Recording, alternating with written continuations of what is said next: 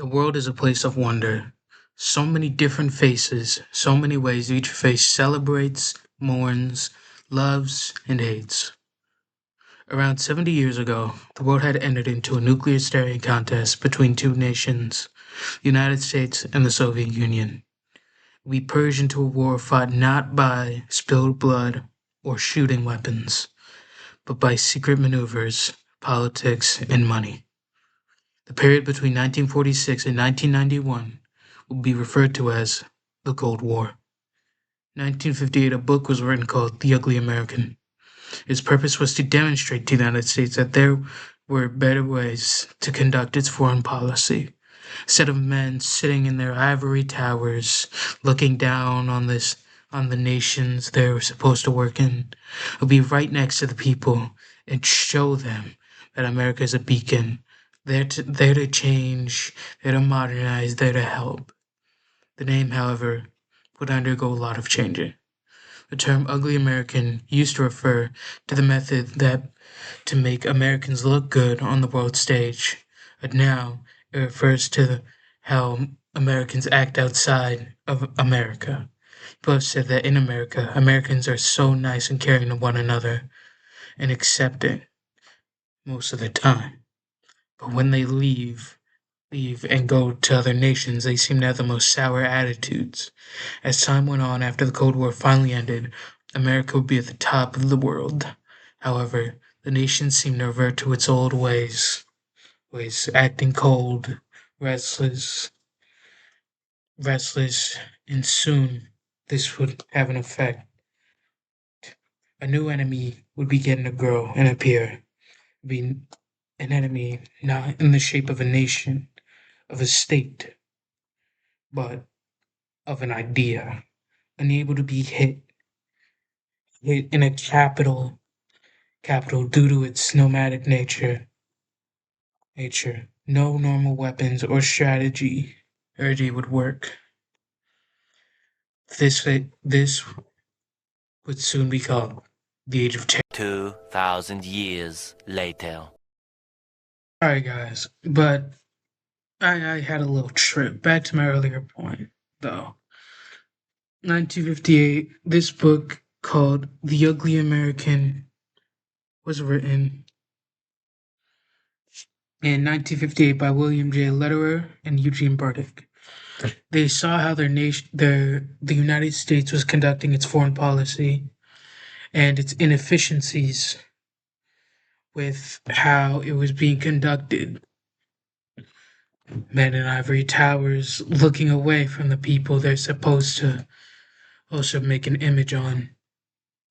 They wrote this book as a detailed instruction guide on how to fix these issues by actually being the American representatives actually being a part of the world.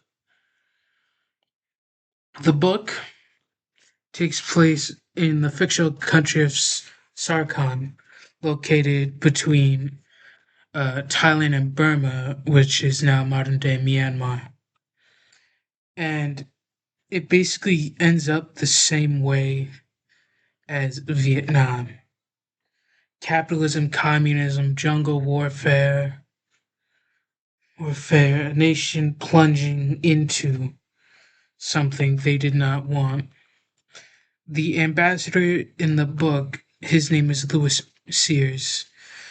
He's worked in American politics for many years, and he took this job while he was waiting for a shot at becoming the United States president.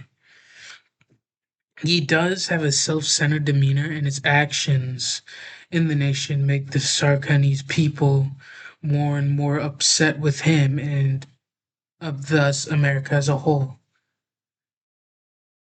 These feelings of dislike are watched by the Soviets, and ambassador named Louis Kropotkin uses Sears' failings to make the Soviet Union look better and more for the people than they were.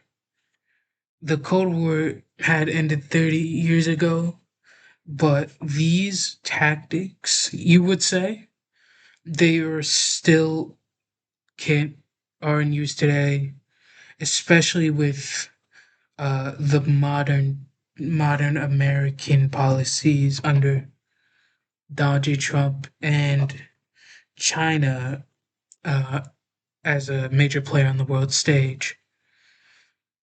I've went through many sources, including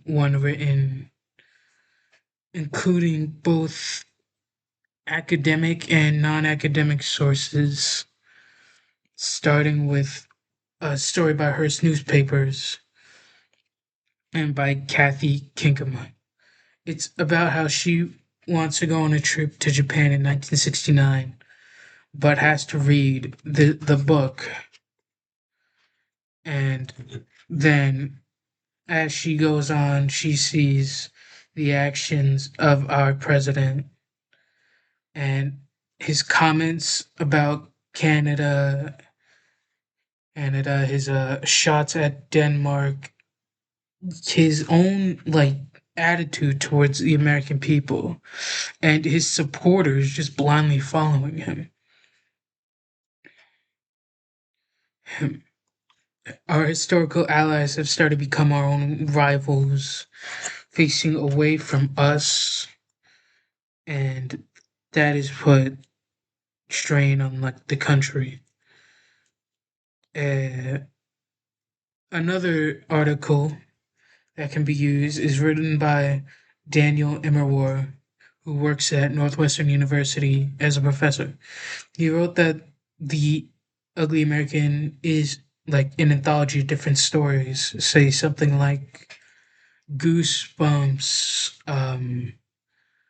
or it's like stories that are connected but aren't really like one line.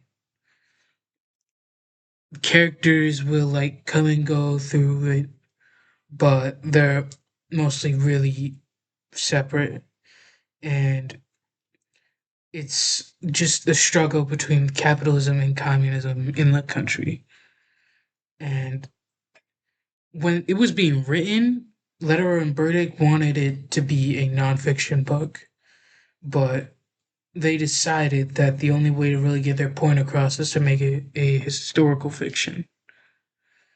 And the reaction of the book at the time was immense. Many people, well, including President Dwight D. Eisenhower and future presidents Kennedy and Nixon sending it around and in order to like help either fix the country or push their own paths to the presidency. And the ambassadors being completely separate from the people instead of truly interacting with them, as done by the Soviets in the book. And there are also scathing critiques, however, with one even coming from or with one as a counterpoint coming from Wayne Heimar, who states that the basic premise of the group of the book begins to go too far, and how, especially the U.S. aid policy, is pushing too many like Western beliefs on like other countries like Peru and Nepal, such as things like atheism and transgenderism. And stating that this book isn't really relevant anymore. But a major counterpoint to that also is uh, scathing is written by Alan McDuffie called that said The Ugly American was a scathing critique. And though it's just reads like a normal review, the biggest part I saw was during the ending of his report when William Lederer, one of the very authors of this book, was interviewed after the 9/11 attacks, and he said that the reason these happened was because even though the book is even though the book is super famous and it had done a lot, the government didn't really listen to the book. They said they did, but clearly they didn't do enough with it. And there's ignorant about the countries they're assigned to, and that led to the attack and the deaths of many Americans. So, to sum up and just say what I'm trying to say, the ugly American represents democracy, represents American diplomacy and how it shows its democracy around the world. The negative effects of how it portrays itself and what should be done to fix it. Only, only just as things are about to change, they're reversed, put back into a status quo. Things like Vietnam, Grenada, the War on Terror, many conflicts involving America were specifically warned about, but didn't, but still happened because nobody listened to the book. It's like, it's something like Uncle Tom's Cabin in the Jungle. They displayed an issue and and had massive impacts, which the ugly American has too. But unlike Uncle Tom's Cabin and the Jungle, they haven't really bothered fixing it. The Jungle, because of the Food and Drug Administration, Food and Drug Acts under Theodore Roosevelt, and Uncle Tom's Cabin due to the ending of slavery. However, the second one, as people, it's a weird place. At least that one, but it doesn't change anything outside of the nation. A book that warns of a problem that continues, no matter what George Orwell tries to do. This book carries significant weight in modern politics, just like it did back then. Much more so due to the more interconnected nature of the world.